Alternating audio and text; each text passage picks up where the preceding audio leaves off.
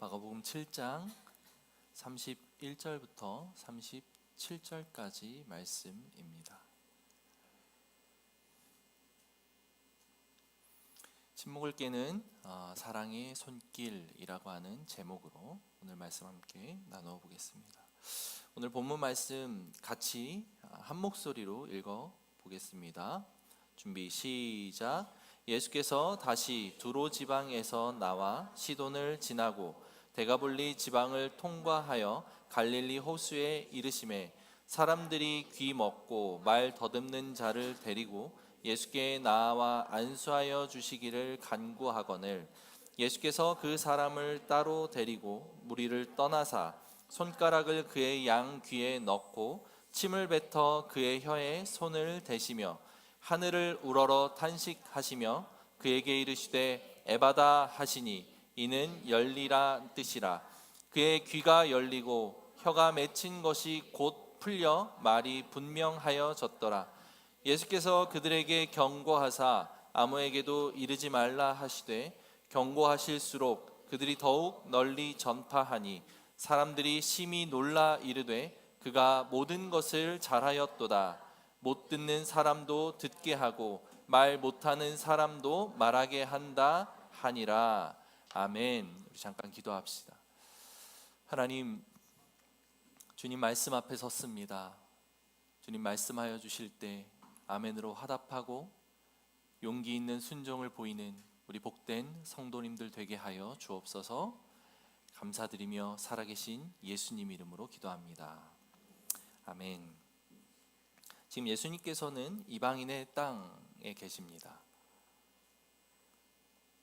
우리 지난주에 살펴본 말씀, 앞에서 우리가 살펴본 말씀은 수로보니게 여인, 가나안 여인을 향한 예수님의 그 애틋한 사랑, 그리고 그녀의 믿음을 테스트하시며 그 믿음을 통해 모든 사람들에게 하나님의 영광이 드러나게 하기를 원하셨다라고 하는 메시지로 지난주 말씀을 나누었습니다. 그 말씀 가운데 등장했던 여인 또한 이방 여인이었죠. 예수님이 계신 곳이 이방 땅이고 지금도 여전히 그 이방 지역에 계시다라고 하는 것을 오늘 1절 말씀을 통해 알 수 있습니다. 예수님께서 31절 보니까 다시 두로 지방에서 나와 시돈을 지나고 데가볼리 지방을 통과하여 라고 되어 있습니다. 두로와 시돈이라고 하는 곳은 지중해 연안에 있는 도시입니다. 그리고 그 지중해 연안은 오늘 예수님이 사역하시는 그 배경이 되는 갈릴리 호숫가와 어느 정도 거리가 떨어져 있는 곳이죠. 그래서 그 지중해 연안 두로와 시돈 지방을 거쳐서 북쪽으로 올라가시고 동쪽으로 이동을 하셔야 이 갈릴리 호수 편이 나옵니다. 그리고 그 지역이 갈릴리 호수에서 동쪽으로 조금 더 가면 있는 곳이 이 데가볼리라고 하는 지역이죠. 이곳은 헬라가 지배했던 당시에 조성했던 10개의 도시 그들이 함께 있었던 그 지역을 의미합니다. 오늘날로 따지면 한 경기도나 강원도 이렇게 일컬어질 수 있는 도시라고 이해하면 좋습니다. 그래서 그 데가볼리라고 하는 지역에 예수님께서 갔다가 그것을 통과해서 갈릴리 호숫가까지 이릅니다. 이 갈릴리 호수는 서편은 유대 지역이고 동편은 이방인들이 사는 이방인들 문화권이 존재하는 그런 지역입니다.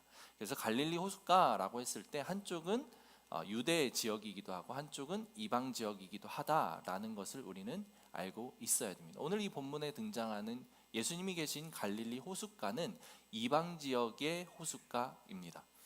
건너편이라는 이야기이죠. 예수님 거기에서 지금 이방 지역에서 여전히 사역을 하고 계시다라는 것을 31절 말씀을 통해 알 수 있습니다. 그래서 그곳에 이르자 사람들이 32절을 같이 한번 읽어보겠습니다. 32절 준비 시작. 사람들이 귀먹고 말 더듬는 자를 데리고 예수께 나와 안수하여 주시기를 간구하거늘. 여기에서 사람들이 귀먹고 말 더듬는 자를 데리고 나왔다라고 합니다.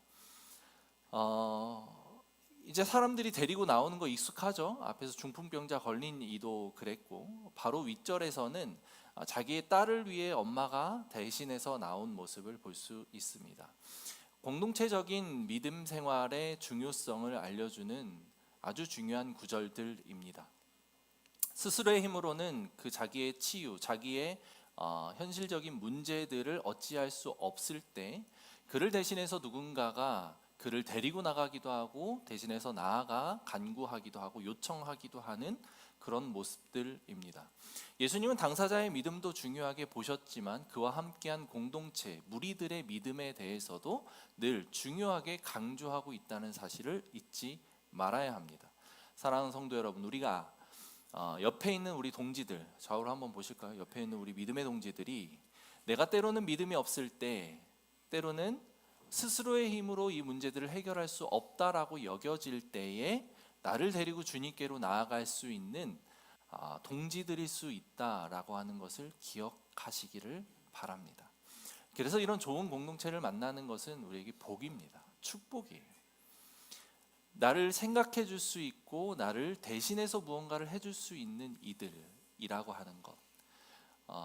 그래서 누군가가 우리 안에서 예배를 매주 드리다가 이 작은 교회에서도 누군가가 안 보이면 그것에 그렇게 그냥 관심을 두지 않는 분들이 있고, 안 보이면 안 보이는 대로 그 어디 뭐 하나가 이가 하나 빠진 것처럼 막 시림을 느끼면서 끊임없이 찾아가시는 사람들도 있고 다양한 사람들이 존재하죠. 우리 안에 있는 다양한 그런 공동체적인 모습들, 우리 성도들의 모습들이 이거 하나는 우리가 일치하면 좋겠다라는 마음이 있어요. 신앙적으로 연약해진 사람들 또는 현실적인 필요와 현실적인 어떤 실존적인 문제로 인해서 고통스러워하고 있는 이가 있다면 관심을 갖고 그 사람의 필요가 무엇인지 그것을 위해 기도도 하고 때로는 현실적인 헌신도 하며 그들을 데리고 주님께로 나아가기도 하고 그들의 현실적인 필요를 위해 우리가 흘려보낼 수 있는 것들이 있다면 또한 흘려보낼 수 있는 그런 아름다운 공동체를 꿈꿉니다. 그게 이제 오늘 그 귀먹은 사람, 말 더듬고 귀먹은 사람을 데리고 예수님께 나아왔던 사람들의 모습인 거죠. 우리가 계속해서 기억해야 되는 것은 이곳이 지금 이방 땅이라고 하는 겁니다. 이방인의 지역은 유대인들에게, 제자들에게조차 부정한 곳으로 여겨지는 곳이었고 그들과는 상종하기 싫은 이들의 종교적인 모습들이 여과없이 드러나는 대상이라고 하는 것을 기억해야 됩니다. 예수님은 여전히 그곳에 계시다라고 하는 사실이죠. 자, 그들이 이제 귀먹은 자를 예수님께 데리고 나왔는데 귀가 먹었으니까 당연히 말을 못하겠죠. 말을 더듬는 자라고 표현했는데 더듬어서 이렇게 말을 할 수 있는 상태는 아니었을 겁니다. 대부분은 귀를 먹고 있으면 말을 배울 수 있는 기회를 놓치기 때문에, 기회를 얻을 수 없기 때문에 그냥 웅얼웅얼 소리는 낼 수 있지만 말이라고 하는 것, 언어라고 하는 것을 할 수 있는 상태는 아니었을 겁니다. 그래서 귀 먹고 말 더듬는 자를 예수님께 데리고 나왔습니다. 그런데 그를 예수님이 어떻게 대하는지가 조금 생소하고 낯섭니다. 33절 같이 한번 본문 말씀을 읽어보도록 합니다. 준비 시작. 예수께서 그 사람을 따로 데리고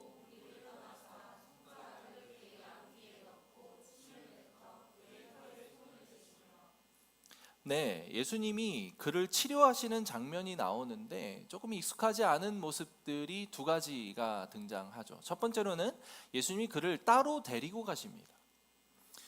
제자들을 무리들과 또는 백성들과 따로 분리해서 제자들에게만 비밀을 풀어서 설명을 하시거나 제자들에게만 무언가를 가르치고자 따로 시간을 내신 장면들은 익숙하게 우리가 살펴봤지만 그에게 나온, 예수님에게 나온 현실적인 필요를 해결해 주기 위해서 그를 따로 어디론가 데려가신 장면은 지금 매우 낯선 장면입니다. 실제로 복음서에서 이런 모습은 흔하게 나타나지 않습니다. 그리고 우리가 살펴본 마가복음에서는 처음으로 등장하는 모습이죠. 예수님이 아픈 사람 누군가, 베드로 장모의 열병을 고치기 위해 그의 집으로 들어갔다든지 죽은 자를 살리기 위해 그 집으로 들어가서 침상에 예수님을 맞이했다든지 환자에게 나아간 예수님의 장면은 익숙하지만 예수님께로 나아온 환자를 따로 데리고 어디로 가셨다라고 하는 것은 처음 보는 장면입니다. 그리고 두 번째로 우리가 이상하게 볼 수 있는 장면은 예수님이 그 사람의 귀에 손가락을 넣고 그리고 침을 뱉어서 그 침을 그 사람의 혀에 댑니다. 뭔가 되게 이상하죠? 좀 기분이 나쁜 거 같기도 하고 약간 꼭 이렇게 하셔야 되는가라고 하는 생각이 들 정도로 약간 엽기스러운 그런 예수님의 모습일 수 있다고 보여집니다. 그 두 가지 행동을 하세요. 왜 그러셨을까? 우리는 예수님이 의미 없는 행동을 하지 않는다는 사실을 잘 알고 있습니다. 예수님이 하시는 모든 행적들, 사역의 모습들은 우리에게 무언가 깨닫기를 원하시는 그런 가르침에 해당하죠. 예수님 왜 그를 무리에서 떼어내서 따로 한적한 곳에 데려가셨을까? 왜 데려가셨을까요? 사실 성경에서는 마가도 예수님도 이에 대해서 어떠한 단서를 제공해 주지 않습니다. 그래서 우리는 그 내용을 알 수 없어요. 그런데 우리가 분명하게 알 수 있는 그것을 통해 예수님의 의도와 예수님의 마음을 짐작해 볼 수는 있을 것 같습니다. 예수님께로 나온 그 환자를 데리고 따로 어디론가 가서 그를 치료해 주셨다라는 것에서 알 수 있는 것, 예수님을 발견하고 예수님이 오셨다는 사실을 듣고 데가볼리에 많은 사람들이 예수님께로 몰려옵니다. 마태복음에 보면 오늘은 본문에는 귀먹고 말이 어눌한 자, 말을 더듬는 자에 대한 이야기만 나오지만 마태복음 5장 20절에는 그 데가볼리 지역에 있는 많은 사람들이 예수님께로 나아왔다라고 하는 그 이야기가 5장 20절 아닙니다. 죄송합니다. 마태복음 말씀이었는데 제가 건너뛰었어요. 마태복음에 이 동일한 사건에 대해서 다루고 있는 마태복음 말씀에는 수많은 사람들이 예수님께로 나아왔고 예수님이 그들을 고쳤다라는 이야기가 등장하는데 여기에는 이 귀먹고 말이 어눌한 자에 대한 이야기만 등장하고 있다는 사실이죠. 수많은 사람들이 지금 지켜보고 있습니다. 그리고 이미 치료받은 사람들도 있습니다. 그 상태에서 예수님은 이 사람만 따로 떼어서 데리고 갔다라는 이야기죠. 여기에서 우리가 알 수 있는 사실은, 객관적인 사실은 그를 고치는 것으로 인해 예수님 그리고 예수님을 따르는 수많은 무리들이 볼 수 있는 이득은 없다라고 하는 것입니다. 우리가 수많은 사람들이 모여 있을 때 제가 누군가에게 안수를 하고 누군가를 고쳐서 그가 새로운 생명을 얻고 이전과 전혀 다른 놀라운 축복을 얻었다라고 하는 것을 많은 사람들에게 드러낼 수 있다면 그것이 저를 높이는데 저의 어떤 사역들을 유익하게 만드는데 얼마나 큰 도움이 되겠습니까? 예수님이 하시는 사역은 하나님 나라의 확장과 하나님이 이 땅에 나를 보내셨고 나를 통해 당신들을 구원하기를 원하신다라는 것을 선포하고 가르치기 위해서 예수님이 이 땅에 오셔서 사역하는 중이세요. 그렇다면 예수님의 가르침과 예수님의 사역은 더 많이 드러나야 예수님이 원하시는 것을 얻어내기에 더 좋습니다. 그것이 우리가 알 수 있는 명확한 사실이에요. 많은 사람들 앞에서 고치는 게 좋고 많은 사람들 앞에서 하나님 나라를 선포하고 가르치는 게 예수님에게 더 유익합니다. 맞죠? 그런데 우리가 알 수 있는 또 다른 사실은 그를 따로 떼어서 사람들이 없는 한적한 곳으로 간다면 예수님이 얻을 수 있는 이득은 전혀 없다라고 하는 것은 우리가 분명히 알 수 있습니다. 그렇다면 왜 예수님은 이 사람을 따로 떼어서 데리고 갔을까요? 우리가 알 수 있는 그 다음 사실은 이 사람만을 위한 유익을 위해 예수님이 그렇게 하셨다라고 짐작해 볼 수 있는 것이죠. 성경에서 단서는 제공하지 않지만 우리는 이 사실에 대해서 부인할 수 없습니다. 예수님의 유익과 예수님이 하고자 하는 사역의 유익이 아니라 이 사람만을 위해서 예수님은 그렇게 행하셨다라고 볼 수 있는 것이죠. 예수님 그렇게 하셨습니다. 왜 그렇게 하셨을까요? 귀를 먹은 사람, 그리고 그는 당연히 귀를 먹었기에 필연적으로 말까지 하지 못하는 사람, 그를 예수님은 따로 이렇게 떼어서 데리고 가셨다. 여러분, 믿음이라고 하는 것이 어디에서부터 생겨나는지 아십니까? 로마서 10장은 그것을 명확하게 우리에게 가르치고 있습니다. 믿음은 무엇에서 난다? 들음에서 난다. 사랑하는 성도 여러분, 하나님의 말씀을 듣고 보는 것은 매우 중요합니다. 이 당시 사람들에게 우리가 보는 이 성경과 같은 정형화된 문서는 존재하지 않았습니다. 물론 토라가 있었고 70인경이 있었지만 그것은 일반인들에게 가까이 접근할 수 없는 언어로 쓰여졌고 매우 귀한 문서였기 때문에 이방 사람들은 당연히 접할 수 없었습니다. 구전으로 전해진 하나님의 말씀만을 그들은 암송도 하고 외우기도 하고 듣기도 하는 그런 시대였습니다.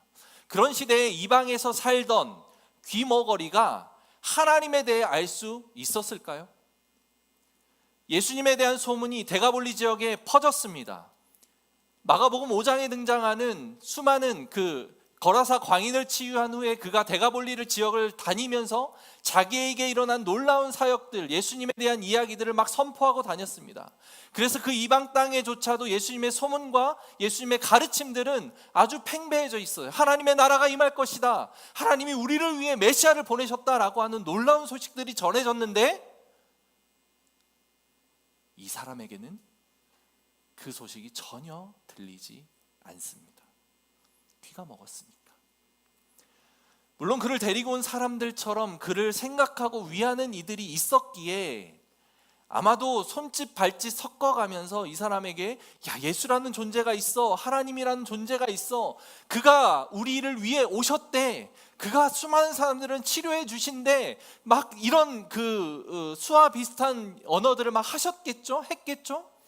그러나 오늘처럼 정교한 수화가 존재하지 않았을 것이라고 우리는 짐작할 수 있기에 그가 받았던 정보는 지극히 제한적인 정보일 수밖에 없다는 것을 우리는 알 수 있습니다. 알 수 없죠. 제자들조차 예수님 곁에서 지금 따라다니면서 1년이 넘도록 그 사역을 보고 가르침을 들은 제자들조차 예수님에 대한 온전한 이해가 없는 마당에, 그리고 수없이 많은 예수님에 대한 이야기도 듣고 예수님 그 병고침을 경험도 하고 지켜본 사람들조차 예수님에 대한 온전한 이해가 없는 그런 상황에 귀도 먹고 말도 못하는 이 장애인이 예수님에 대해서 알았겠냐고요? 당연히 몰랐겠죠. 알 수 있는 그 정보는 너무도 제한적인 정보일 수밖에 없는 상태였을 겁니다. 그 사람이 자기를 챙겨주는 그 사람들에 의해서 예수님께로 나아왔지만 무슨 믿음이 있었겠습니까? 무슨 기대가 있었을까요?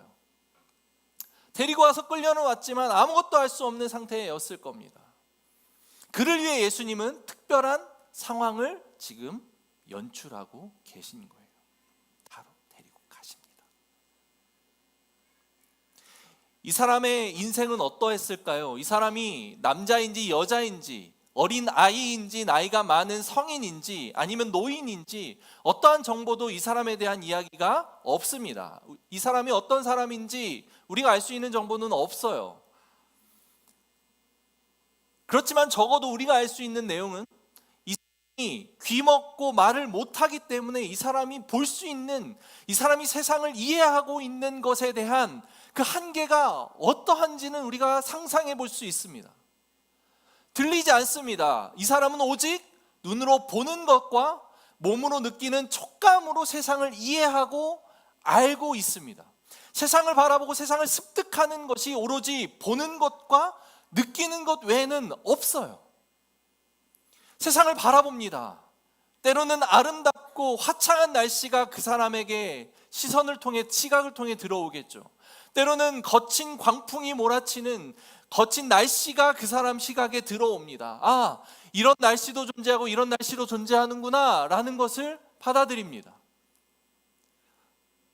그리고 사람들의 반응들을 그 사람은 보고 느낍니다. 자기를 따뜻하게 바라보는 가족들의 시선도 있을 겁니다. 자기를 안타깝고 긍휼히 여기는, 불쌍히 여기는 사람들의 시선을 바라보기도 할 것이죠.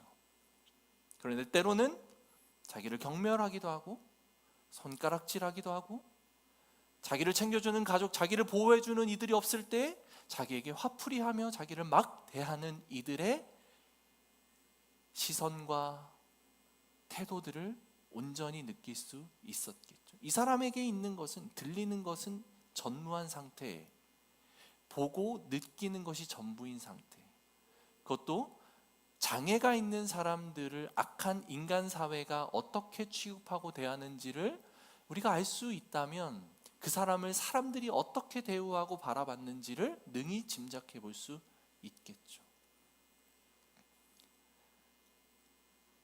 그 사람이 느끼는 것은 자기를 따뜻하게 대하는 사람과 자기를 경멸의 어린 시각으로 바라보는 사람들, 두 부류의 사람들이 명확하게 존재했을 겁니다. 어느 사람이 더 많았을까요? 경멸, 조롱, 멸시. 그런 시각들이 당연히 훨씬 많았겠죠. 지금도 그런 것처럼. 고도로 발달되고 그들에 대한 이해와 어떤 많은 교육, 많은 어떤 그 정서적인 교감을 요구하는 캠페인에도 불구하고 지금 시대만 해도 그런 사람들을 우리는 더 왜곡되고 안 좋은 시각으로 바라보는데, 그 당시에 장애가 있고 문제가 있는 것 자체를 부정하게 여겼던 종교적인 의식이 더해지며 그 이상의 교육이 존재하지 않았던 그런 시대에 장애인들을 바라보는 시각은 우리가 굳이 설명하지 않아도 짐작해 볼 수 있습니다. 이미 수많은 사람들에게 상처를 받고 있었을 겁니다. 이미 수많은 사람들에게 더 이상의 기대는 할 수 없을 만큼 마음이 산산조각 난 상태였을 겁니다. 예수님은 그를 바라봅니다. 그리고 그가 치유되는 놀라운 사건, 놀라운 현장들이 수많은 사람들이 지켜보는 가운데 행해졌다면 어쩌면 그 사람의 마음은 더 무너졌을 수도 있고, 그것이 그 사람에게 구경거리라고 하는 인식으로 다가가는 것이 그 영혼과 그 정서와 그 심령에 더욱 아픈 일이라고 하는 사실을 예수님은 알고 있었을지도 모릅니다. 그래서 그를 그들에게서 분리시킨 것이라고 하는 합리적인 상상이 이 말씀을 통해서 저에게 됐습니다. 그를 분리시켜 주는 것이죠. 사람들의 시선으로부터. 그게 그를 위한 것이다 라고 하는 판단이 예수님에게 있었던 것 같습니다. 그리고 나서 예수님이 그에게 하시는 치료의 행위들은 어떻습니까? 귀를 손가락으로 막습니다. 예수님이 지금까지 행한 치료의 모습들을 살펴봅시다. 명하셨고, 때로는 안수하셨고, 때로는 보지도 않고 구하러 온 이에게 그의 병이 다 나았다라고 눈앞에 있지도 않은 일을 치료하고 귀신을 내쫓는 그런 놀라운 일들을 이미 하고 계셨습니다. 그런데 그에게 손가락으로 귀를 막고 침을 뱉어서 그의 혀에 대고 이런 모습을 통해 그를 치료하십니다. 사랑하는 성도 여러분, 귀 먹고 말 못하는 이가 가지고 있었던 예수님에 대한 정보는 아주 없다, 전무하다시피 할 정도로 미미했을 겁니다. 그런 이에게 예수님은 내가 예수이니, 내가 너를 위해 온 메시아니, 너를 구원하기 위해 이 땅에 온 자이니 내 말을 믿어라, 너는 구원받을 것이다, 이런 선포가 그 사람에게는 먹힐 만한 상황이 아니었던 거예요. 아무것도 모르니까, 들을 수조차 없으니까. 그런 그에게 그가 할 수 있는 유일한 것, 눈으로 보고 촉각으로 느낄 수 있는 그 모든 것들을 통해 예수님 그에게 다가가십니다. 만지세요. 그리고 눈앞에서 내가 너를 위한다, 내가 너를 사랑한다, 내가 너가 치료되기를 원한다 라고 하는 예수님의 그 따뜻한 눈빛과 몸짓과 행동을 온몸으로 느끼고 받아들이도록 예수님은 그 상황을 만들고 연출하고 계십니다. 상상을 해보십시다. 침을 뱉어서 치료하는 행위는 그 당시 민간요법으로도 많이 행해지던 행위였습니다. 또한 침을 통해 부정이 감염된다라고 하는 인식이 그 사람들에게 있었는데, 예수님은 부정함이 전혀 없는 온전하게 거룩하고 깨끗한 상태이기에 그 깨끗함을 전염시키고자 하는 신학적인 의미도 그 안에 녹아 있습니다. 그러나 그 모든 것들은 그 맹인과 그 귀머거리와 말 못하는 사람은 알지 못해요. 예수님이 하는 행동과 느껴지는 촉각만이 이 사람을 받아들일 수 있는, 이 존재를 받아들일 수 있는 유일한 단서가 되고 있었던 상황이라는 사실이죠. 사랑하는 성도 여러분, 여러분들이 예수님을 잘 알고 있어서 예수님이 여러분들에게 은혜를 베푸는 것 아닙니다. 물론 아는 만큼 더 믿게 되고 들은 만큼 더 깊이 있는 신앙으로 하나님 앞에 나아갑니다. 그러나 저 앞에 서서 가르치는, 말씀을 가르치는 목사인 저조차도 하나님과 예수님에 대해서 얼마만큼 안다고 자신할 수 없는데, 여러분들은 어떻습니까? 더 자신할 수 없겠죠. 알 수 없습니다. 하나님이 어떠하신 분인지 우리는 온전하게 알 수 없어요. 그런데 과거로 한번 돌아가 보십시다. 더 예수님을 알지 못했을 때, 더 하나님에 대한 이해가 부족했을 때, 그때 우리에게 은혜가 부족했습니까? 아니요. 예수님에 대한 은혜는 우리가 아는 것에서 오는 게 아닙니다. 그 크기가 온전하게 비례하지 않아요. 이 사람은 예수님을 알지 못했습니다. 전혀 예수님에 대한 그 인식을 하지 못했습니다. 그러나 예수님이 다가오셨고 그 사람의 삶을 새롭게 변화시켰습니다. 제가 중3 때 처음으로 교회를 나갔다는 얘기를 종종 합니다. 그때 물론 한 자매의 그 연모하는 마음이 꽂혀서 그 자매를 따라서 교회를 간 것이지만, 물론 불손한 의도였지만 그 불손한 의도임에도 불구하고 교회 자체가 저는 너무 좋아졌습니다. 고등학교 1학년 예수님을 인격적으로 영접하기 전에도 수련회를 2번이나 갔습니다. 처음 가서 맞이한 수련회 때는 정말 그 이상한 광경들이 많이 목격돼서 그 광경 속에서 예수님이 어떤 분이지라는 궁금증이 생겼고, 그 해의 겨울 수련회 때 중학교 3학년 겨울 수련회를 참석해서 기도회를 하는데, 이제 설교하고 기도회를 막 하는데 주변에 친구들이 막 다 우는 거예요. 막 울면서 막 기도를 하는 거예요. 이미 그때는 한 10개월 정도 교회를 다닌 후였기 때문에 교회 생활 자체는 매우 익숙해졌고 친구들도 저에게는 아주 가까워져 있는 상태였습니다. 막 기도하는데 막 우는 거예요. 근데 나는 눈물이 안 나요. 기도도 잘 안 되고 뭘 어떻게 해야 되는지도 모르겠습니다. 예수님에 대한 온전한 이해도 없고 하나님에 대한 이해도 없는 그런 상태였습니다. 그래서 어떻게 해야 될지를 몰라 하는데 뭔가를 하긴 해야 되겠는 거예요.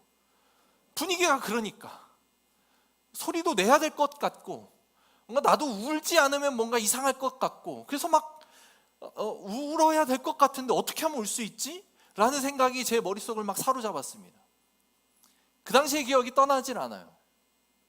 그래서 제가 결단을 합니다. 울어야겠다. 근데 어떻게 울지? 슬퍼야 우는데 내 인생에 슬펐던 일, 가장 슬펐던 일이 뭐지? 라고 하면서 막 그 머리를 굴리기 시작합니다. 그때 제게 떠오른 생각은 3년 전에 돌아가셨던 할머니 생각이었습니다. 할머니는 어릴 적부터 저희 집에서 같이 살았고, 이제 그 풍을 앓으셨기에 반신을 못 쓰셔서 혼자 거동이 안 되시는 상태로 한 3, 4년을 지내셨어요. 저와 같이 방을 썼어요. 방이 3개밖에 없어서 제가 같이 할머니와 방을 썼습니다. 할머니하고 같이 자고 이제 같이 생활을 했죠. 초등학교 때. 초등학교 6학년 때 할머니가 돌아가셨거든요. 초등학교 때 할머니를 이제 새벽에 할머니가 이제 화장실을 가셔야 되면 모시고 가기도 하고 이제 기저귀를 갈아드리기도 하고 했어요. 근데 제 기억에 그게 남아 있었다는 것은 매우 충격적인 일이었기에 제가 그걸 기억하고 있겠죠. 부모님에게 말하면 네가 뭘 얼마나 했다고 그런 얘기를 이제 하시겠지만 저는 그런 했던 기억이 있습니다. 할머니를 좋아했어요. 할머니도 유독 저를 아껴주셨고, 할머니 생각이 막 떠오르기 시작합니다. 가장 슬펐던 기억이 할머니 돌아가셨을 때 저는 정말 하늘이 무너지는 줄 알았거든요. 그래서 할머니 기억을 막 떠올리니까 눈물이 나기 시작하는 거예요. 됐다.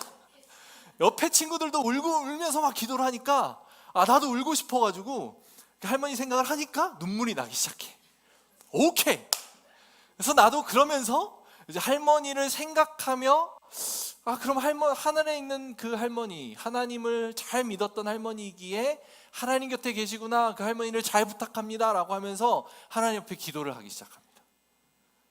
그러면서 눈물이 더 나기 시작하는 거예요. 이거 뭔가 새로운 색다른 경험이다 라고 하는 것을 하면서 막 울기 시작하는데, 그때 제 마음에 묘한 위로가 막 생겨나기 시작해요.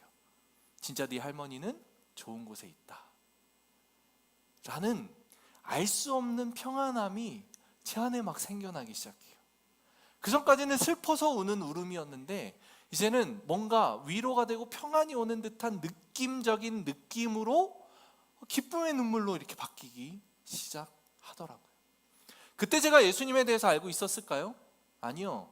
예수님이라고 하는 이름도 알고 있었고 그분이 우리를 위해 십자가 지셨다라고 하는 그런 피상적인 이야기들은 너무도 익숙하게 들려왔던 상태였지만, 그 예수님이 나에게 어떤 의미가 있는지, 내가 하나님을 어떻게 섬겨야 하는지 등등에 대한 것은 전혀 알지 못하던 상태였습니다. 애써 부인하기도 했을 거고 받아들여지지 않는 그런 상태였습니다.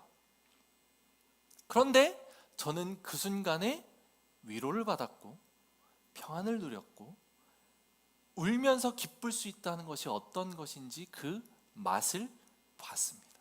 사랑하는 성도 여러분, 중학교 3학년 겨울방학을 지내던 조호연이라고 한 아이에게 그 순간에 임한 것이 은혜였을까요? 아닐까요? 그것은 분명 은혜였습니다.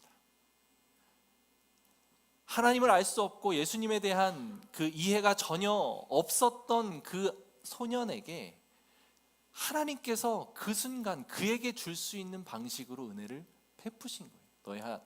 너의 할머니는 나와 함께 천국에 있다. 얼마나 큰 위로였는지 몰라요. 그 묘한 기분, 묘한 느낌, 그것이 되게 궁금했어요. 이게 뭐지? 라는 생각이 저한테 있었습니다.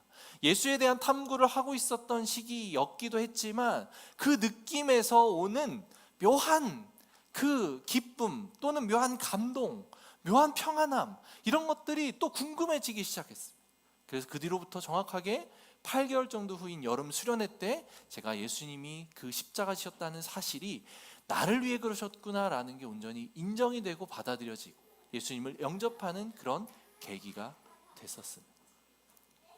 사랑하는 성도 여러분, 우리가 여러분들이 예수님에 대해서 얼마나 이해하고 얼마나 온전하게 알 수 있습니까? 온전하게 알 수 있는 분은 애초에 존재하지 않습니다. 도토리 키재기식으로 예수님에 대해서 어느 정도 더 알고 덜 알고가 있을 뿐이죠. 여러분들에게 어떤 식으로 하나님이 은혜를 주셨습니까? 나도 알 수 없습니다. 옆에 있는 사람도 알 수 없을 수 있습니다. 여러분들에게 다가간 예수님만의 특별한 그 연출된 상태에서의 은혜, 어떤 형태로든지 그것은 존재했을 것이라고 저는 믿습니다. 하나님 그런 분이시기에, 그렇게 다가가시는 분이시기에. 그렇다면 그 은혜를 누린 후에 우리는 어떻게 반응해야 됩니까? 예수님께서 이 귀먹고 말을 더듬는 이에게 그렇게 예수님만의 방법으로, 이 사람을 위한 방법으로 치료를 하시고 에바다라고 선언을 하십니다. 그리고 이 사람은 그 선언을 처음으로 듣습니다. 태어나서 처음으로 듣는 소리가 예수님이 말씀하시는 열려라 라고 하는 그 이야기입니다. 귀가 열리고 입술이 열립니다. 그리고 이 사람은 자기가 경험한 예수님에 대해서 이야기하기 시작합니다. 예수님의 사랑을 받았으니까, 그 사랑을 누렸으니까, 수많은 사람들 앞에서 본인을 막 드러내기 위해 막 사역하고 놀라운 기적들을 사람들 앞에서 막 선포하고 선언하면서 자기를 도구로 삼은 것이 아니라 자기를 얼마나 사랑하고 아끼시는지, 자기를 향한 긍휼하심이 얼마나 넘치시는지 따로 떼어 데리고 가서 그만을 위한 그 장을 만들어서 치료하고 연출하신 그 예수님께서 열려라, 귀가 열리고 입술이 열리고 그의 삶이 열리고 그의 인생이 해결돼, 그의 인생의 그 절박한 문제들이 해결되는 것들을 조금이나마 경험한 그 사람이 이제는 그 예수님에 대한 사랑 이야기를 선언하고 다니는 것이죠. 과거에 어느 순간 겪었던 이 귀머거리와 벙어리에 받았던 은혜들이 우리 안에 있을 거예요. 그 이후에 그 은혜를 붙들고 우리는 다음 스텝들을 어떻게 밟아나가고 계십니까? 몰랐던 순간에 받았던 은혜지만 그 은혜를 내가 붙들고 조금 더 예수님을 알기 위해 애쓰고 더 깊이 예수님을 알아가며 더 깊은 은혜를 누리기 위해 그 예수님을 찾아 가시는지, 그게 아니면 나 예수님에 대해서 몰라, 근데 그냥 그런 일이 있었네?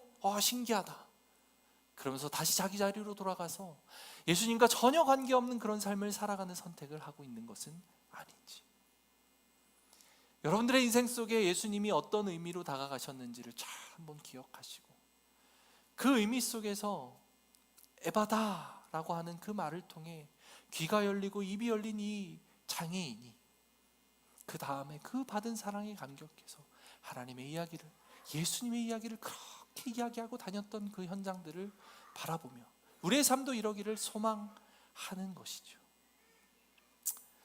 그런 저와 여러분들의 삶이 되기를 축원합니다. 이 이방 지역의 예수님의 소문이 그렇게 퍼져가기 시작합니다. 이 사람의 입술, 평생 열리지 않았던 입술이 이제 예수님의 이야기로 가득해집니다. 예수님의 사랑의 손길이 그렇게 저와 여러분들의 삶에도 임하기를 소망합니다. 같이 기도하겠습니다.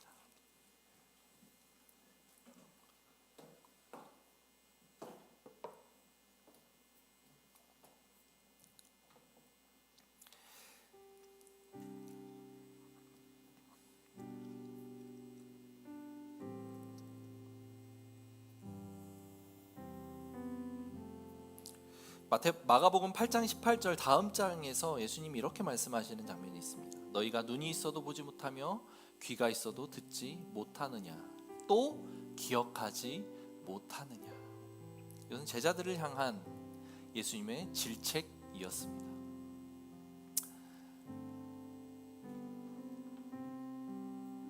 그런데 오늘 이 이야기의 주인공은 36절에 보니까 예수께서 그들에게 경고하사 아무에게도 이르지 말라 하시되 경고하실수록 그들이 더욱 널리 전파하니. 사랑하는 성도 여러분, 예수님의 사랑을 받은 이라면 그에 따른 당연한 반응이 있습니다. 제자들은 예수님 곁에서 수도 없이 예수님을 따르고 가르침도 듣고 예수님의 사역을 보았지만 눈을 떴지만 눈먼 자였고 들었지만 귀먹은 자들이었습니다. 그래서 예수님은 그들을 향해 보아도 보지 못하고 들어도 듣지 못하는 이들이다 라는 책망을 하십니다. 그런데 평생에 하나님에 대한 이야기도 듣지 못하고 1년 사이에 엄청 뜨거워진 예수님에 대한 그 이야기도 듣지 못한 채로 예수님의 사랑을 경험했던 이 사람은 그 짧은 순간 받았던 은혜를 기억하고 예수님의 사랑을 널리 전파하는 그런 존재가 됩니다. 여러분은 여러분에게 임했던 예수님의 사랑을 기억하십니까? 여러분을 일으켜 세우셨던 그 주님의 은혜를 기억하십니까? 그렇다면 우리는 어떻게 해야 합니까? 예수님을 더 알기를 소망합니다. 예수님께로 더 나아가기를 소망합니다. 영적으로 닫혀있고 영적으로 무감각해진 이 제자들의 삶처럼 어찌하여 너희는 기억하지 못하느냐라고 책망하는 예수님의 이 이야기를 듣지 않기를 소망합니다. 많이 알아서 예수님을 더 찾을 수 있는 것 아닙니다. 많이 알아서 예수님을 더 잘 믿을 수 있는 것 아닙니다. 우리 삶에서 일하셨던 그 예수님을 기억하고 나아간다면, 그리고 그 예수님을 끊임없이 갈구하고 전한다면, 그 예수님의 사랑이 내 삶에서 여전히 넘쳐나고 그것으로 인해 내가 더 풍요로운, 더 복된 삶을 누리고 살 수 있음을 고백합니다. 기억합시다. 우리 삶에서 일하셨던 예수님의 일하심이 어떠한 은혜였는지를 기억하고 나아가는 그런 우리들의 인생이 되기를 축복합니다. 우리 인생이 깨알 같은 은혜를 통해서 더 깊어지는 인생이기를 소망합니다. 그래서 입술이 열리고 우리 삶이 열리고 귀가 열리고 눈이 열려서 하나님의 그 위대하신 사역들을 바라보고 하나님의 그 위대하신 가르침들의 귀를 기울이며 그 하나님이 기뻐하시는 인생, 하나님과 함께 동행함으로 더욱 풍요롭고 평안한 그런 인생들이 우리의 인생들이 되기를 축복합니다. 그런 인생이 되겠습니다. 하나님, 내가 그때 나에게 베풀어 주셨던 은혜를 기억하며 주님께로 나아가겠습니다. 아버지 하나님, 까먹고 지냈다면 다시금 기억하게 하시고 다시금 그 주님의 은혜 앞에 나아갈 수 있는 우리가 되게 하여 주옵소서. 그렇게 같이 주님 앞에 기도하며 나아갑시다. 기도합시다. 하나님 아버지 감사합니다. 우리 안에 있는 놀라운 그 하나님의 은혜들을 기억하기를 원합니다. 아버지 하나님, 하나님을 잘 모르던 시기에 우리에게 어떻게 은혜를 주셨는지 아버지 하나님, 우리가 그것을 기억하기를 소망합니다. 주님을 더 알고 있다고 생각하는 지금, 주님을 더 알게 됐다고 생각하고 고백하는 지금, 과연 그때보다 더한 은혜를 누리고 살아갑니까? 아닙니다. 하나님의 그 깊은 사랑, 하나님의 그 깊은 은혜 앞으로 우리가 어떤 마음과 어떤 태도로 나아가야 되는지 주님 기억하게 하여 주옵소서. 하나님, 더 알지 못하지만, 많이 알 수 없지만 하나님은 존재하시고 그 하나님의 사랑과 은혜가 우리에게 어떤 의미인지를 탐구해 갈 수 있는 중요한 계기와 동기가 된다면 그것을 포기하지 않고 붙들게 하여 주옵소서. 아버지 하나님, 잊고 살았다면 다시금 기억하며 주님이 우리에게 어떻게 그 사랑을 베풀어 주셨는지, 우리에게 맞춤의 은혜, 맞춤의 사랑들을 베풀어 주셨는지 아버지 하나님, 그것들을 기억하고 나아가는 이 복된 종들 될 수 있도록 하나님 인도하여 주옵소서. 주님, 알 수 없는 은혜, 우리가 이해할 수 없는 평안, 우리가 이해할 수 없는 하나님의 보호하심과 도우심, 그 인도하심들이 주님 우리에게 어떤 의미입니까? 아버지 하나님, 그것이 우리에게 어떤 의미, 어떤 은혜로 다가옵니까? 주님, 잊고 살았다면 기억하게 하시고 아버지 하나님, 그것을 통해 더욱 주님을 알아갈 수 있는 계기로 삼게 하여 주옵소서. 그래야 우리의 입술이 열리고 아버지 하나님, 우리의 영안이 열리고 우리의 영적인 귀가 트여서 더욱 하나님을 깊이 사랑하고 더욱 하나님을 전하고 더욱 하나님의 그 마음에 합한 자들로 성장해 나아갈 수 있는 우리 복된 성도님들의 인생 될 수 있도록 주님 함께 하시고 그렇게 이끌어 주시옵소서. 하나님, 주님께서 이 귀먹고 말을 더듬는 자를 고치셨을 때 그를 배려하며 그에게 맞춤형의 은혜로 베풀어 주셨던 이 모습을 살펴봤습니다. 아버지, 우리에게도 그렇게 다가오셨던 때가 있음을 기억하며 그 기억들이, 그 은혜의 추억들이 하나님을 더 사랑하고 하나님을 더 깊이 알고 하나님을 전하기 위해 입술을 열고 마음을 여는 그런 우리들의 복된 성도의 삶으로 나아갈 수 있는 계기가 되었습니까? 아니면 그 은혜의 기억과 추억들, 그때는 그랬지, 그때는 좋았어 라고 생각하며 그때 그랬던 그 기억들이 한낱 과거에 머무는 추억이 되어 있는 것은 아닌지, 아버지 하나님, 우리 사랑하는 성도님들의 삶이 주님 앞에 어떤 삶인지를 돌이키게 하여 주옵소서. 스스로 점검하고 주님 앞에 나아갈 수 있는 계기로 삼아 주옵소서. 아버지 하나님, 이 이야기가 마가복음에 기록되어 우리에게 전해졌다는 것은 이 말씀을 통해 우리가 깨닫기를 원하신다는 사실임을 믿습니다. 깨닫는 성도들이 이 자리 가운데 가득하게 하시고 그것을 통해 그럼 내가 이제부터 무엇을 해야겠다라고 생각하고 나아갈 수 있는, 때로는 입술이 열리고 때로는 귀가 열리고 때로는 마음이 열리는 그런 복된 은혜를 경험하는 그런 귀한 성도님들의 인생 되게 하여 주옵소서. 감사드립니다. 그리하여 더욱 풍성한 삶, 더욱 은혜 넘치는 삶, 더욱 평안한 삶, 더욱 복된 삶을 온전히 누리고 살아가는 우리 귀한 성도님들 인생 되게 하여 주옵소서. 감사드리며 살아계신 예수님의 이름으로 기도합니다. 아멘. 이제는 우리를 구원하신 예수 그리스도의 은혜와 하나님의 사랑과 성령님의 교통하심이 오늘 이 말씀 앞에 반응하고 깨닫고 다시금 돌이키기를 소망하는, 그러겠다고 다짐하고 고백하는 사랑하는 고백교회 성도님들과 모든 주의 백성들 머리 위에 이제로부터 영원토록 함께 있을지어다. 아멘.